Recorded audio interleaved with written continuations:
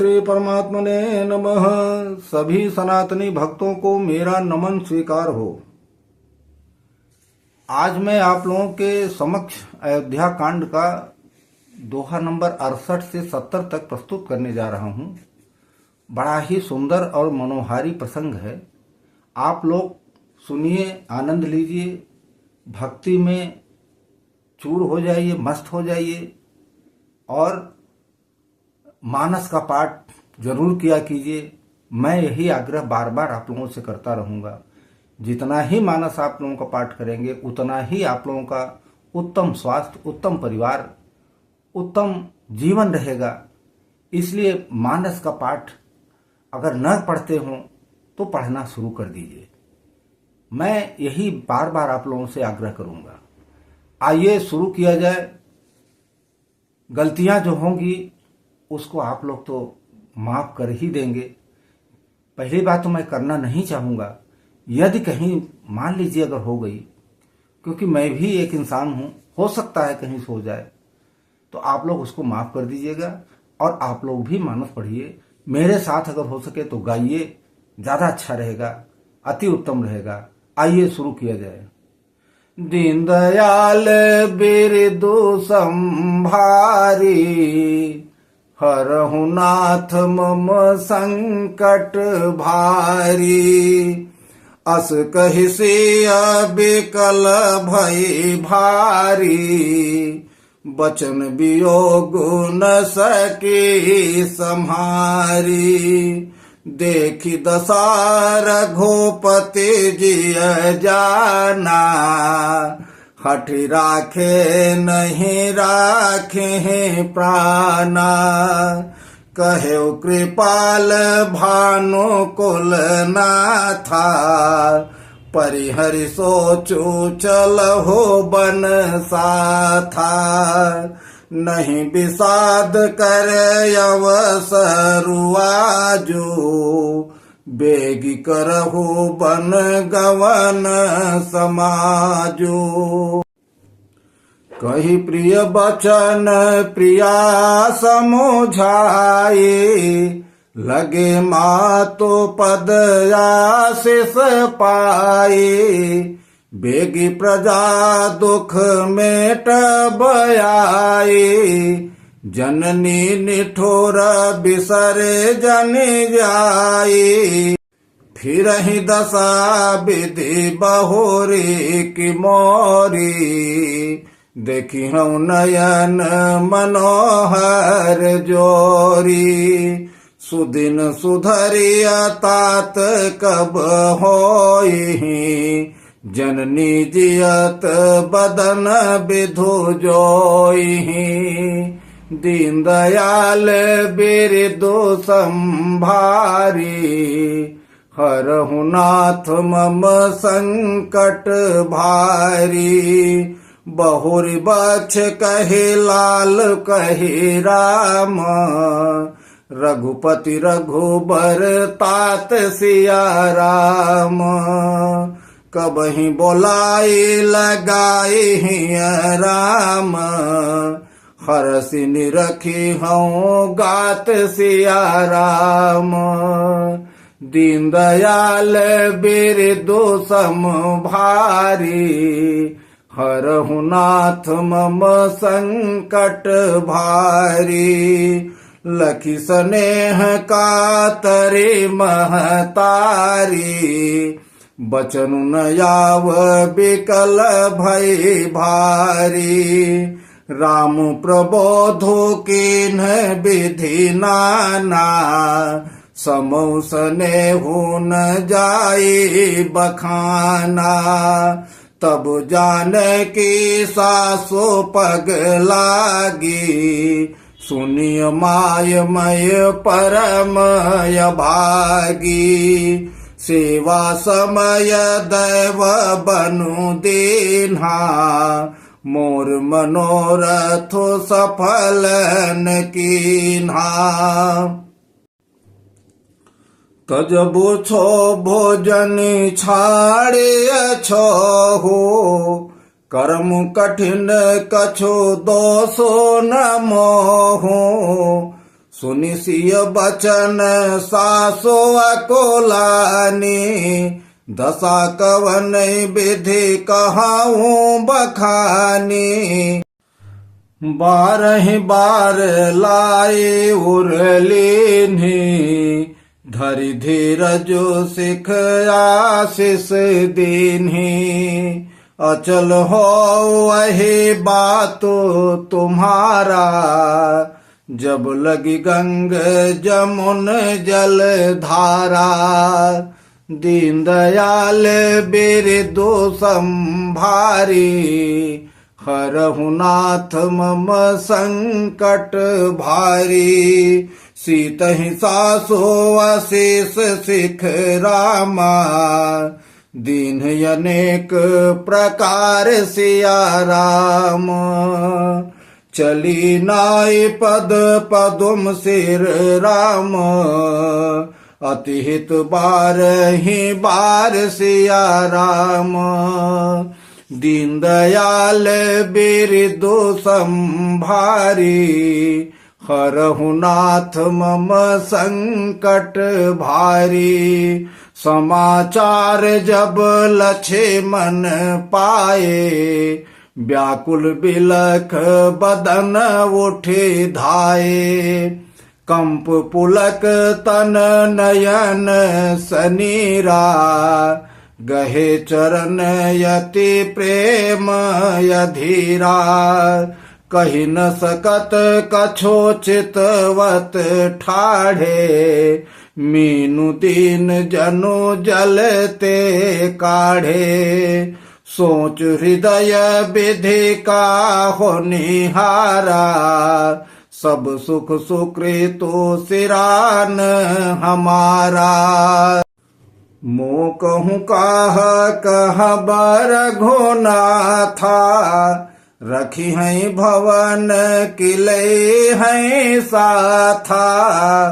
Ram below के बंधो कर जोरे, देह गेह सब सन तृण तोरे।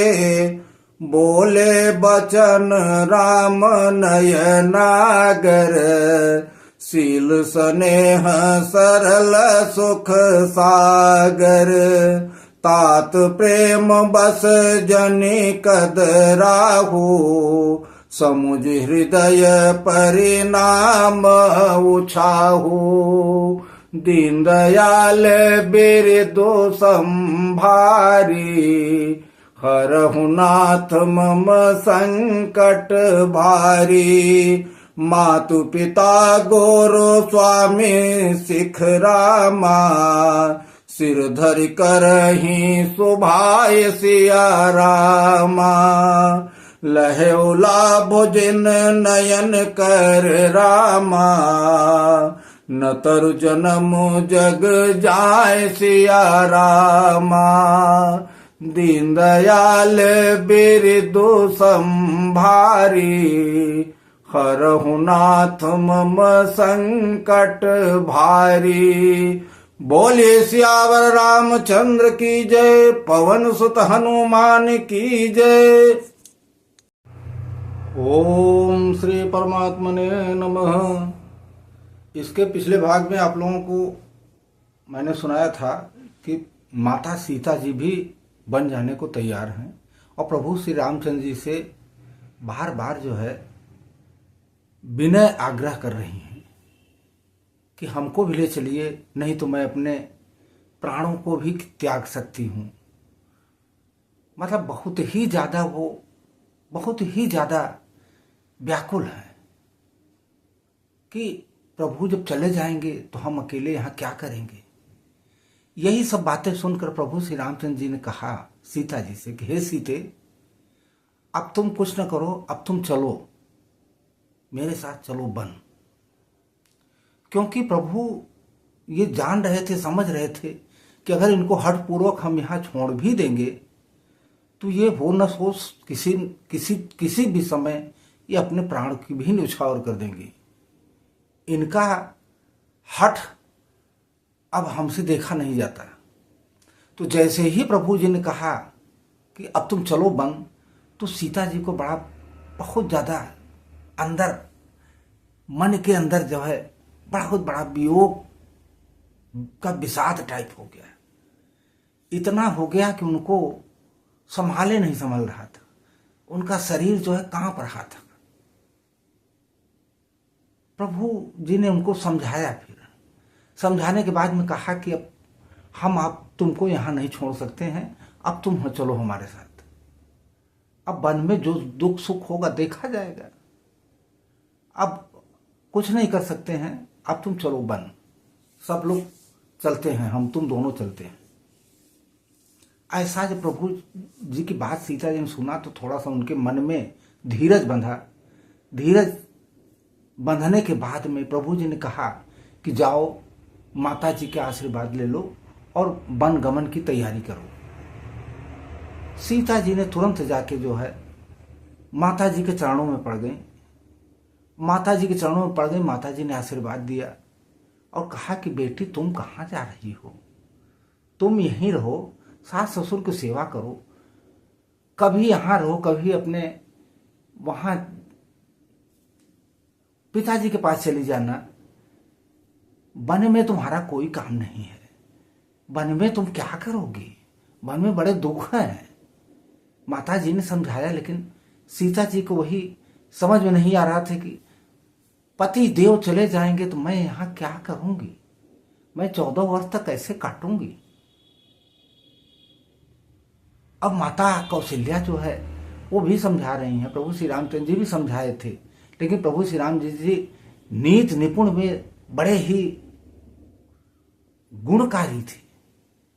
उनको जो है ये समझ में आ गया था कि अगर हम सीता को यहाँ छोड़ देंगे तो ये अपने प्राणों को भी त्याग देगी। इसीलिए प्रभु श्री रामचंद्र जी ने कहा कि अब तुम चलो। तो जब माता जी के पैर पकड़ा तो माता जी उनको और प्रभु श्री रामचंद्र जी कहने लगे कि हे तात, अब तो तुम लोग जा ही रहे हो, अब हमको ये बताओ कि मेरी आंखें कब देख पाएंगी तुम लोगों को।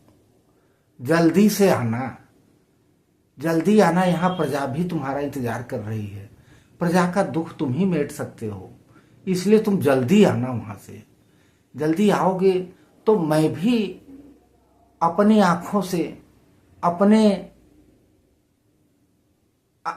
अपने अंगों से तुम्हारे अंग, मनोहर अंग को छू सकूंगी, देख सकूंगी, तुमको निहार सकूंगी।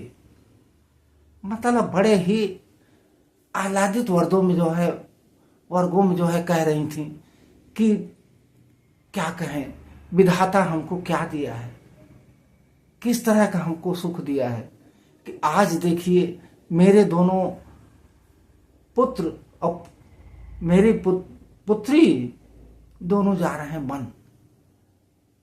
मुझको विधाता क्या क्या सहायगा, मैं क्या क्या सहूंगी।